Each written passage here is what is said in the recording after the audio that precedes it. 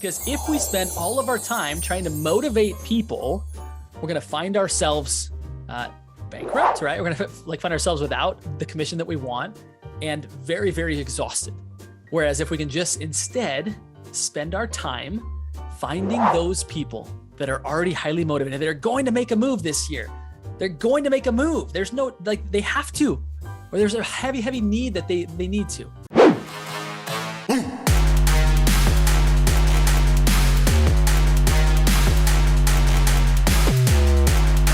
Because the management and transparency is what's very important.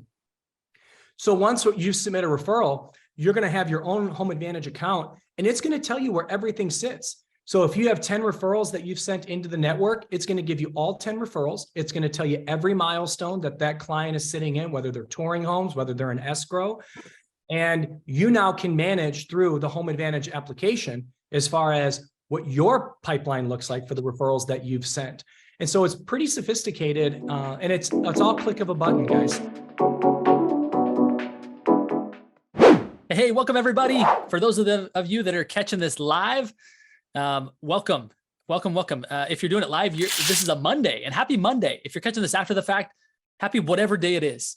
Excited to be with you guys. We're going to talk very specifically today about how to find highly motivated buyers and sellers.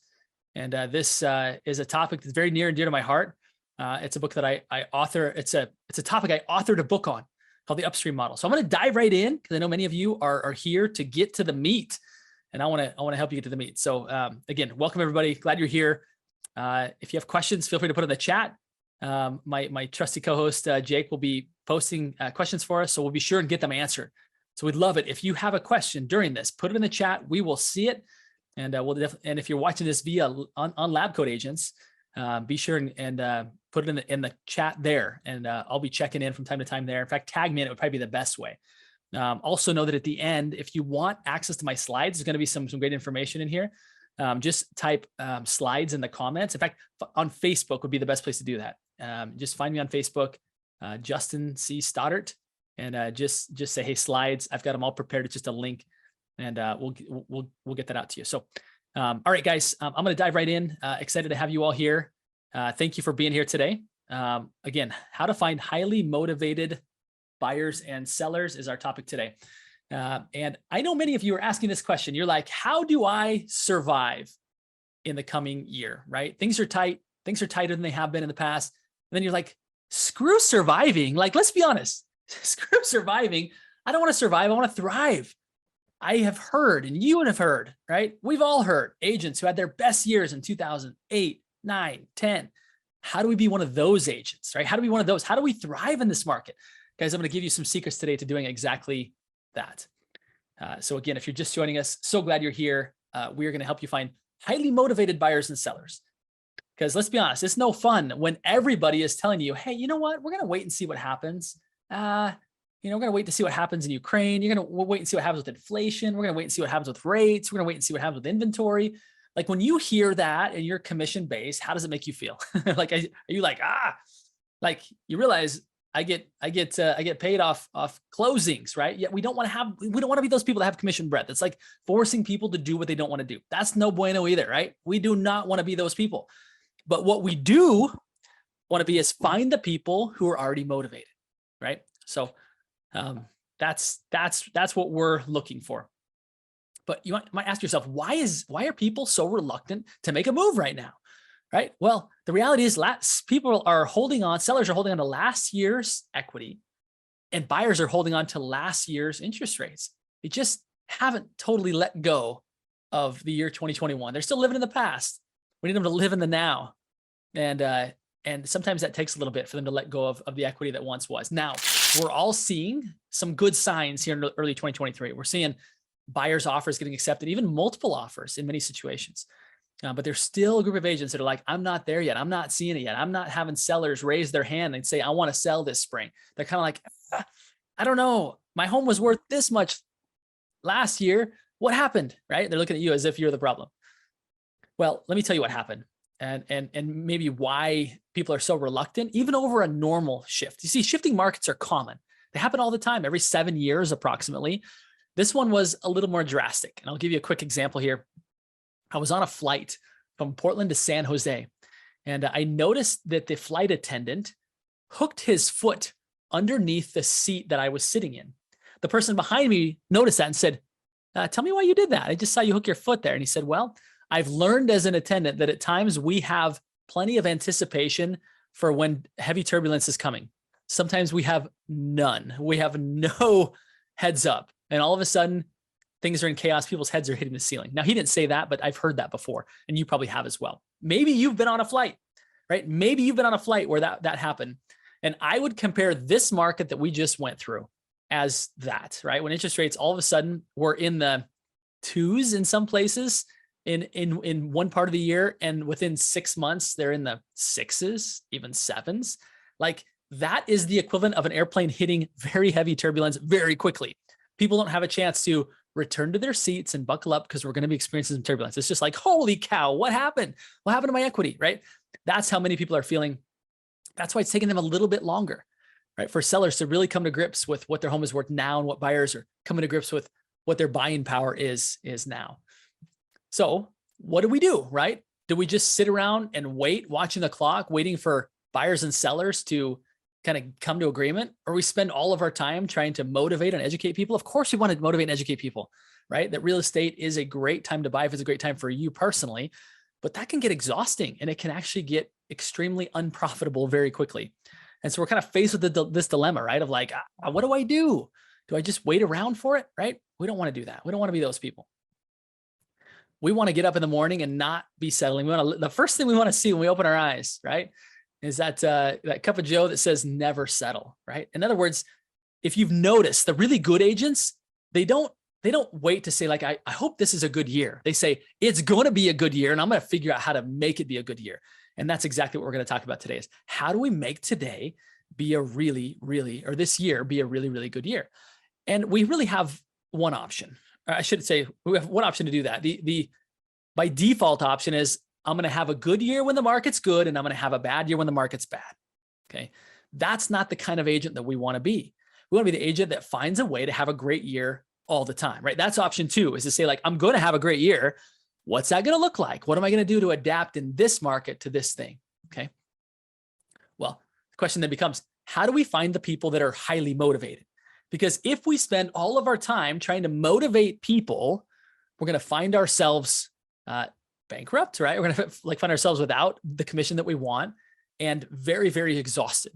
Whereas if we can just instead spend our time finding those people that are already highly motivated, that are going to make a move this year. They're going to make a move. There's no, like they have to, or there's a heavy, heavy need that they need to.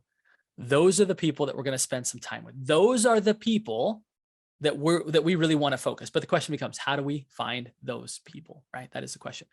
So again, just to repeat, if you're interested in getting slides, just at any point, put in the comments slides, especially in Facebook, because that's where we'll be able to go back and see very easily.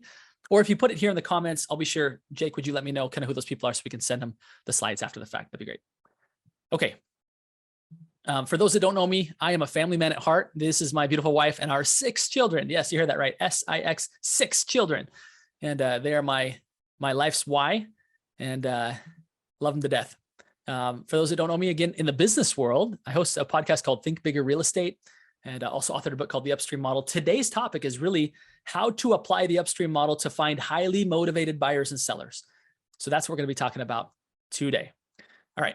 And again, for those that don't know, again, I'm the CEO of Think Bigger, which is a coaching and consulting platform. All right. So let's talk about this. Again, back on the topic of how do we find highly motivated buyers and sellers, it really comes down to identifying the fact that there are seasons of life for everybody, right? I'm going to go through some of those here in just a minute. But just like leaves change, people change. And when people change, oftentimes their need for housing changes. In other words, they become highly motivated because of some of these life's circumstances. Now, let me explain. I'll give you a few examples. Again, this might be a good reason why you want the slides.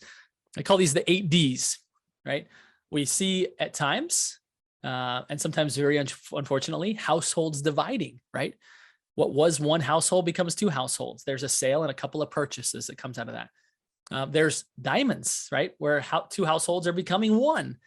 So that's another life transition. When death, people are leaving the world, right? Oftentimes that requires, and let me emphasize the word requires, someone to make a move or to sell a property. Diapers, so many news coming to the world, right? We cannot fit in this house. Not one more baby can fit in this house. We've had that conversation before. I know what you were thinking.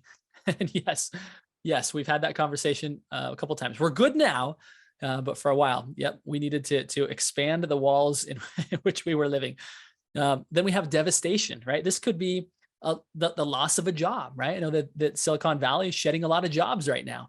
And a lot of different industries are as our economy goes through some turbulent times. It could be natural disaster. People saying like, look, California wildfires, I'm out. It could be Oregon gray skies is a little bit devastating. I'm out, right? It could be Tornado Alley. It could be flood zones and heavy weather in the South, hurricanes, whatever, right? There is devastation that happens. Now, not just from natural disasters or personal job situations, but bankruptcy, right? Foreclosure. All of these things are life seasons. Okay, diplomas, people getting new job opportunities. They're moving into new industries and they're excited to go out, move to a new city and have some new housing outside of maybe their parents' housing or the college dorm room. Other people are downsizing, right? This home just isn't fitting us anymore. Meaning it's too big for us, right? People just being like, I need to either move into a retirement community or I need a single level home. All kinds of reasons for people to downsize. And then destination, like a lot of people moving to Florida, right? Moving to some of these places that are kind of more aspirational, just need a new change of pace and a new scenery, a new destination, okay? Every time somebody goes through one of these transitions, and by the way, this is not an all-comprehensive list. This is a start. This is what I could fit on a slide, right? Every time people are going through life transitions, right? In many cases, it also means that people are going to be changing up their life situation, okay?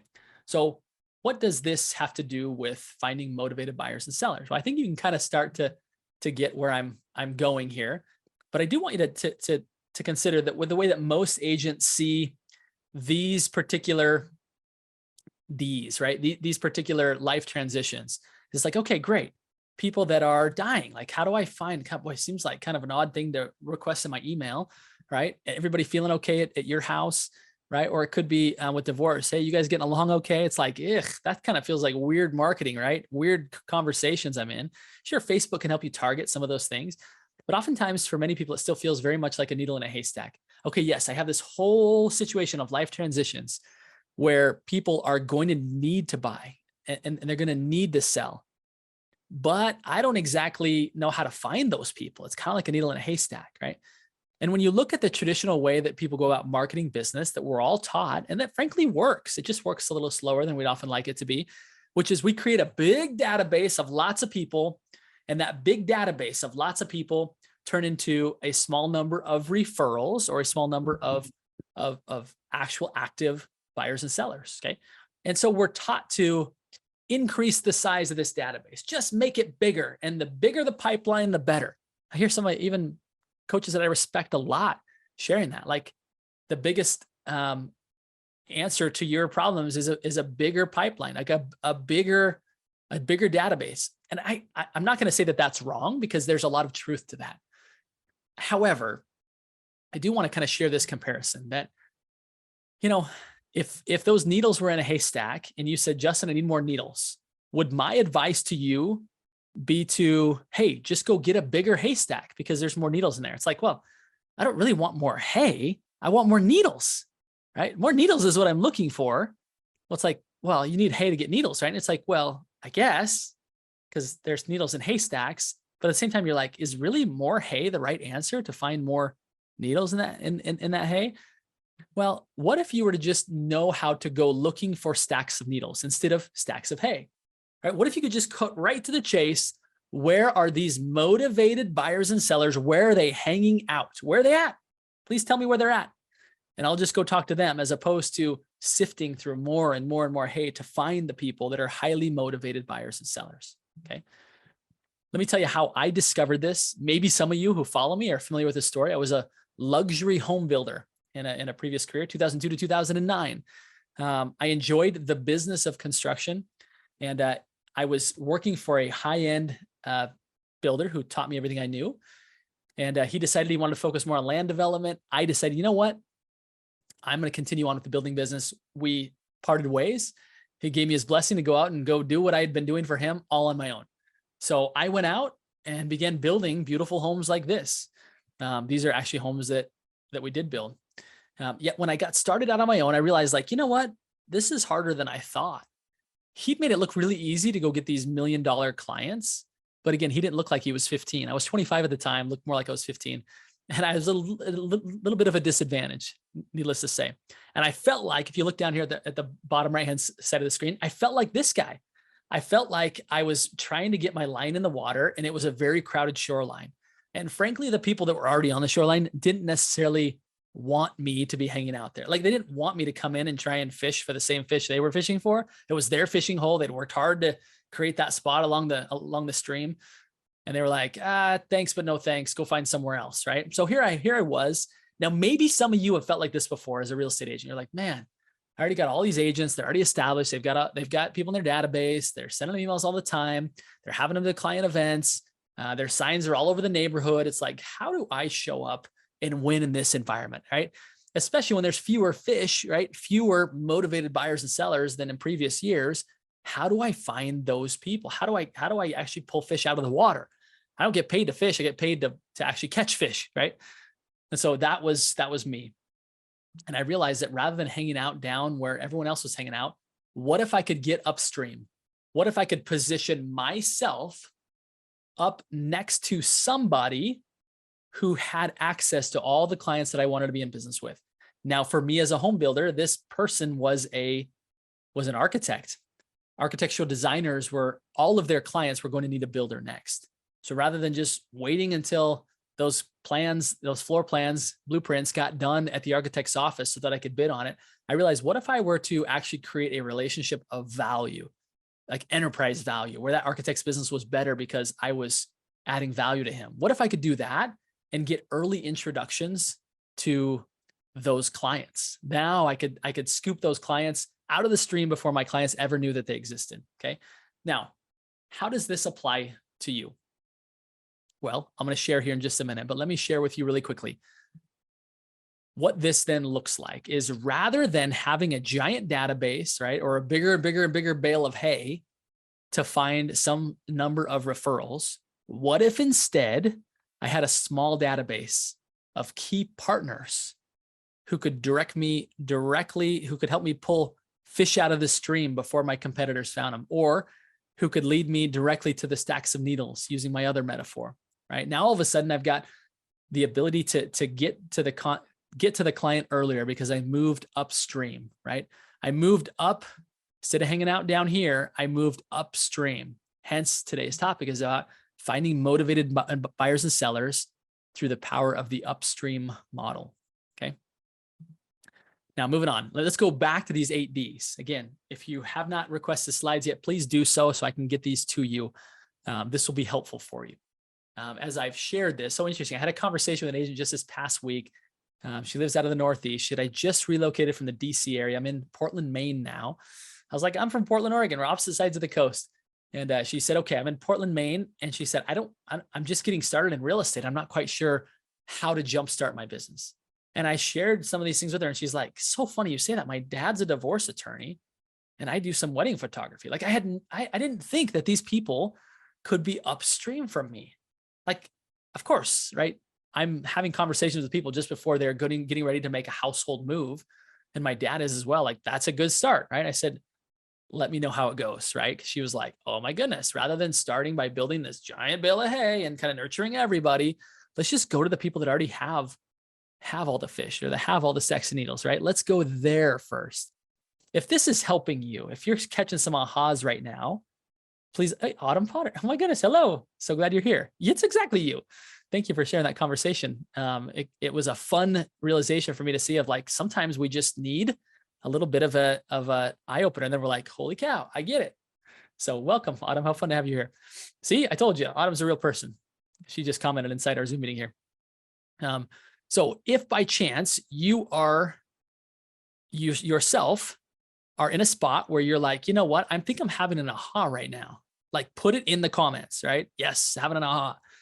right? As you have those ahas, it gets the wheels turning, and you can start to actually turn this in from just interesting, stimulating entertainment into an action plan. Okay, that's my goal for you, is to help you to create an action plan out of this. Okay, now you might be thinking, well, where do I start? All of these are potential opportunities. Keep in mind that this is just the start of the potential opportunities, but I would ask you, who are the people that you love to serve? For example, some people love working with first-time home buyers, people that have just had a baby, like that's their thing, right? Other people, it's like, you know what? I love working with new graduates, people that are just have their first job. They're so excited. They've got some money. They were excited to invest. Other people are like, you know what? I really love working with seniors because they're just like, I feel like an underserved demographic. I love them, and I feel like I can really connect with them. Okay. So the first invitation I would give to you is find out, who do I love to serve that is going to be highly motivated this year, right? Who is it? Who's going to be highly motivated this year? This is a list to get you started. And then again, we're going to jump into kind of the rest of this model, which looks like this. First, again, identifying who do I love to serve and who is the professional that already has a relationship with these people. So for example, if it's divorcees, it might be a mediator or a divorce attorney, right? If it's a senior person, right? It may be an estate attorney. It may be like a senior care facility that's meeting with people prior to them selling their home. Okay. If it's a first-time home buyer, right? It could be somebody who is working with new, like an employer that moved to an area, right? And they're hiring a certain demographic of people. Again, all of these seasons of life lead to housing transitions. And in those housing transitions, there's typically some professional who already has a relationship with them. Okay. So that's where we started to identify who are the professionals that already have a relationship with the people who you want to serve. The second thing is to go find a warm introduction. I wouldn't recommend necessarily cold calling into these people. You'll put yourself as a solicitor right away. And when you're a solicitor, it gets really hard to change their paradigm of you and have them see you as someone who they really want to partner with if you're coming to them with your hand out right away. Now, that's not always the case. Sometimes the way in which you reach out to people cold market can still cause that to work well. But if at all you can get a warm introduction, the better, right? The better. The warmer, the better. So rather than just picking up the phone and calling somebody, ask yourself, who do I know that knows these people? LinkedIn is a great tool for that. Not to reach out to people through LinkedIn, but to say, okay, here's a divorce attorney in my area. Do I know anybody that knows that person? Who's connected to that person, right? Estate attorneys, who's connected to those people, okay? All of that is a better approach. If you can get somebody else, not only to already be connected, but to also, right, be willing to endorse you. So one of the best ways to do step 2 is to say, who are my favorite clients that may have used an estate attorney recently? Like, who love me, I love them. I'll go to them to say, hey, look, I really loved working with you guys. I'd love to serve more people that are going through that life transition. Tell me, would you be willing to introduce me to your estate attorney? Like, and if so, can I help craft what that sounds like? Can I give you a few bullet points so they see me as different? Okay. That's step 2. Step 3 is you're going to meet with them as a peer. In other words, you're not going to show up and hand them a bunch of your cards and say, hey, I'm never too busy for your referrals. Like, that's not the way. That works great with your sphere, right? I know that that's taught and widely accepted and done at a very high level with your sphere. People already love you and it works. But when you take that model, which is designed for people who already love you, and try and apply it to a new business relationship, it doesn't feel very authentic. It doesn't feel very valuable, right? They're not going to be mad at you, but you'll probably go to the back of the line of all the other agents they already know, including the one that helped them to sell their house. If you want to jump to the front of the line, get a warm introduction that sounds different. And when you show up in that meeting, show up to learn about their business, to let them know that this is your specialty working with these people. And you're looking to find other professionals like them, or you're looking to find somebody that does what they do that you can weave into your client experience, right? Now you're coming out of contribution, you're coming to give, and people will hear and see you differently. Okay. Now, Step 4 is after that meeting, based on what you learned from that meeting about them and their business, you're going to make some introduction to an idea or to a person that adds value to them right away. You're going to deliver a favor that they're like, oh my goodness, wow, you listened during the meeting and now you've got an introduction that's going to help me with the thing that I said was my bottleneck at the moment. Perfect, right? Now you've proven the fact that you want to help them and that you can help them. The last step is to integrate into your client experience. Okay, if you Step 5, integrate into their client experience means that you bring value from what you do in your industry and you bring it to that business owner so that they can regularly, right? So that they can regularly be delivering that to their clients. Now, all of a sudden, right? Now, all of a sudden, you are showing up in all their client meetings.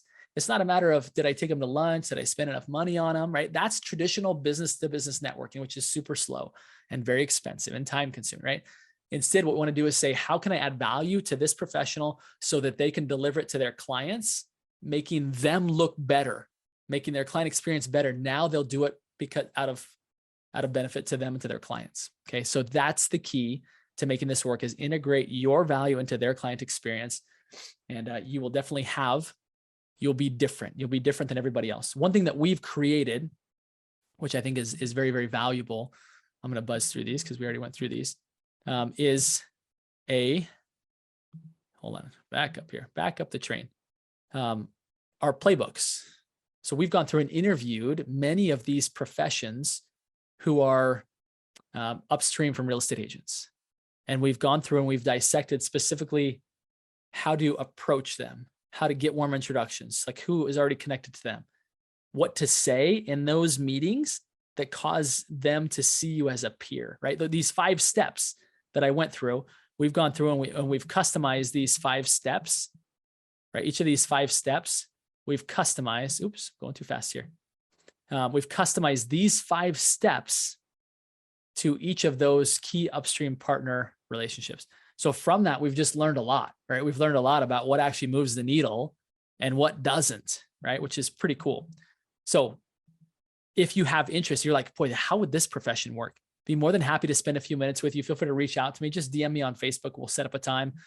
I'm happy to answer your questions. Here's some client testimonials, just so you know, this isn't just theory or philosophy. This is how this actually works, right? My client, Jen, just got her first referral to a high-end listing in just 30 days from a divorce attorney.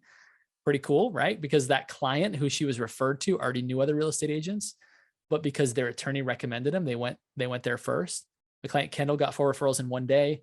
My client Arthur got 2 slam dunk listings in 3 weeks. So this works, right? If I can do one thing to say, like, this isn't philosophy, this isn't some idea, this actually works. I actually interviewed somebody on my podcast a few weeks ago. He said we sold between 1,500 and 1,600 homes, and it was based on mostly one model, which was the upstream model. He said, we've made relationships with a couple builders, created a program for them. So we get to list almost all of their new buyer homes. We get to list those. Pretty killer, right? Pretty killer. So if you're wondering if, like, would this work for me? It's working for people all over the country. And it's unique right now because it gives you the ability to kind of reverse engineer who's highly motivated. Who are the people that are going through life transitions, right? Life transitions that in turn will relate to some sort of housing change, right? Some sort of change of place.